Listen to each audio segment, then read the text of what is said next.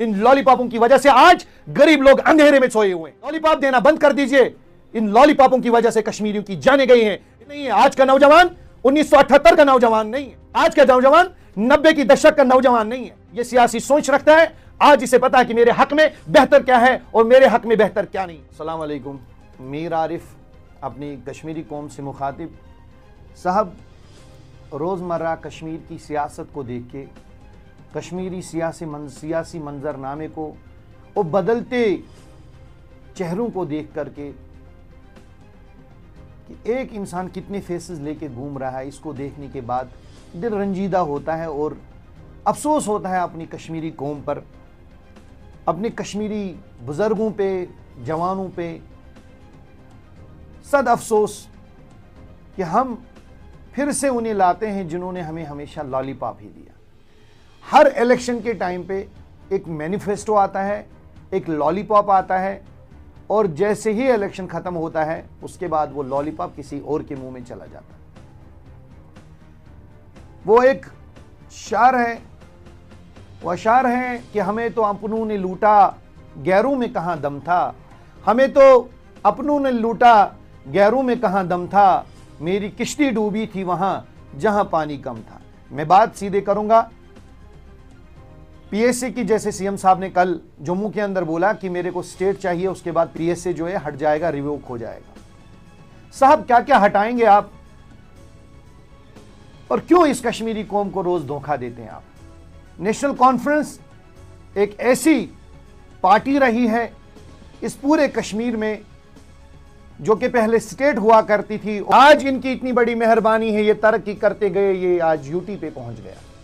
साहब मुझे बताइए, आप 1978 में आपके ही दादाजी थे, उन्होंने ये इंट्रोड्यूस करवाया जिसे आप पीएसए बोलते हैं, पब्लिक सेफ्टी एक्ट को इंट्रोड्यूस करवाया। लेकिन ये पब्लिक सेफ्टी एक्ट, मैं शेख मोहम्मद अब्दुल्ला को इल्जाम नहीं दूंगा, शायद उन्होंने ये पब्लिक सेफ्टी एक्ट लोगों की बेहबूदी और लोगों की अच्छी सूझबूझ के लाया होता, क्योंकि उन्होंने जब लाया तो इस पर एक उस टाइम एक प्रोविजन बना था कि ये कानून सिर्फ उन लोगों के लिए रहेगा जो जंगल से लकड़ियां चोरी करते हैं, जो स्मगलर्स होते हैं।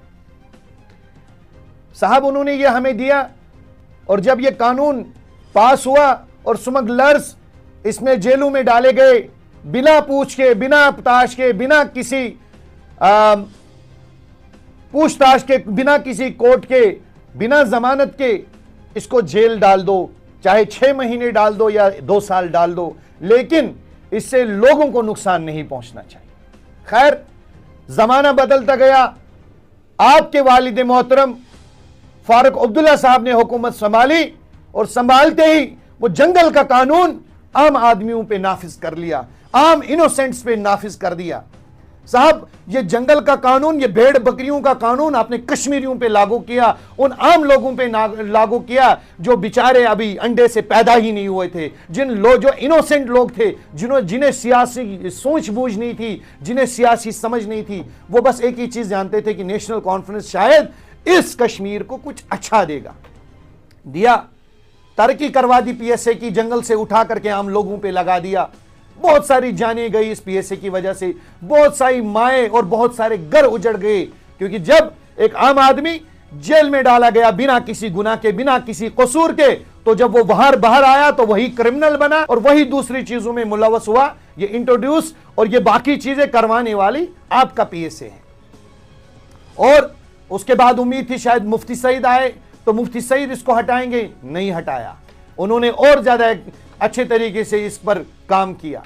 उसके बाद फिर उमर सरकार आई, उन्होंने कुछ नहीं किया। अब फिर से नेशनल कॉन्फ्रेंस इस लॉलीपॉप को लेकर के बडगाम के और बाकी राज्यसभा सीटों के लिए ये लॉलीपॉप लेके आए। कश्मीरी कौम इतनी बेवकूफ और इतनी पागल नहीं है। आज का नौजवान 1978 का नौजवान नहीं है। आज का नौजवान 90 की दशक का नौजवान नहीं है। आज ये सियासी सोच रखता है। आज इसे पता कि मेरे हक में बेहतर क्या है और मेरे हक में बेहतर क्या नहीं है। ये लॉलीपॉप देना बंद कर दीजिए। इन लॉलीपॉपों की वजह से कश्मीरियों की जाने गई हैं। इन लॉलीपॉपों की वजह से आज गरीब लोग अंधेरे में सोए हुए हैं। इन लॉलीपॉपों की वजह से हजार नौजवान, लाखों नौजवान 1 लाख नौकरियों की तलाश में, 1 लाख नौकरियों की इंतजार में 1 साल से दर दर की ठोकरें खा रहे हैं, जो कि आपका मैनिफेस्टो था, क्योंकि ये लॉलीपॉप हमेशा चलाते आए हैं आप साहब।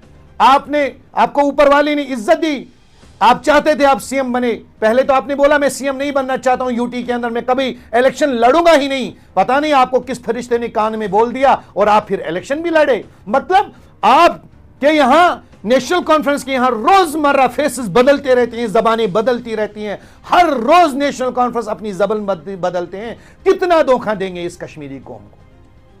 पब्लिक सेफ्टी एक्ट के अंदर आज इतने, मैं नहीं कहता हूं सारे लोग बेगुनाह हैं, लेकिन बहुत सारे ऐसे बेगुनाह हैं जो जेलों में जेल काट रहे हैं, मगर इल्जाम बस वही है जो किसी को किसी से दुश्मनी है उसने उठा करके पीएसए में डाल दिया, किसी को किसी से कोई नाराजगी है उठा करके पीएसए में डाल दिया। मैं नहीं कहता हूं सप्रेरिस्ट को आपने पीएसए में डाल दिया, अच्छा किया।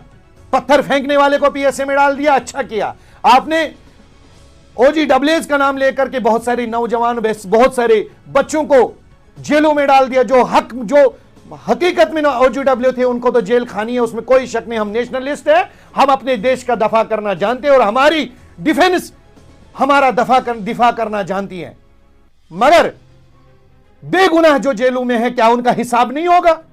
जो माएं तरसती हैं, जिनके पास 10 रुपए नहीं है, अपने नौजवानों से, अपने भाइयों से, अपने बेटों से मिलने के लिए दूसरे स्टेटों के जेलों में पड़े हुए हैं, क्या उसका हिसाब आपको नहीं है? क्या आपको थोड़ा सा एहसास है इस चीज का? आज फिर यही लॉलीपॉप लेके आए हो, फिर यही गुनाह लेके सर पे ले आए हो कि मैं अगर स्टेट आ जाएगी तो मैं आप पब्लिक सेफ्टी एक्ट हटाऊंगा। जब स्टेट नहीं थी, आपका बयान था साहब कि मैं पब्लिक सेफ्टी एक्ट हटाऊंगा। जिस दिन नेशनल कॉन्फ्रेंस की अपनी हुकूमत बनी, इंशाल्लाह पब्लिक सेफ्टी एक्ट को कानून के दायरे से बाहर आप कुछ नहीं हटा सकते हैं। आप हटा सकते हैं, एक चीज हटा सकते हैं, कश्मीरियों को उनकी रोजगार से हटा सकते हैं। आम आदमियों को साहब आपकी नेशनल कॉन्फ्रेंस बेरोजगार कर सकती है, हटा सकती है। यह आपकी सूझबूझ है और 2 जबानों से चलने वाली आपकी गवर्नमेंट है। बेहतर है साहब आप घर लौट जाइए और आप कश्मीरी कौम को और धोखा मत दीजिए।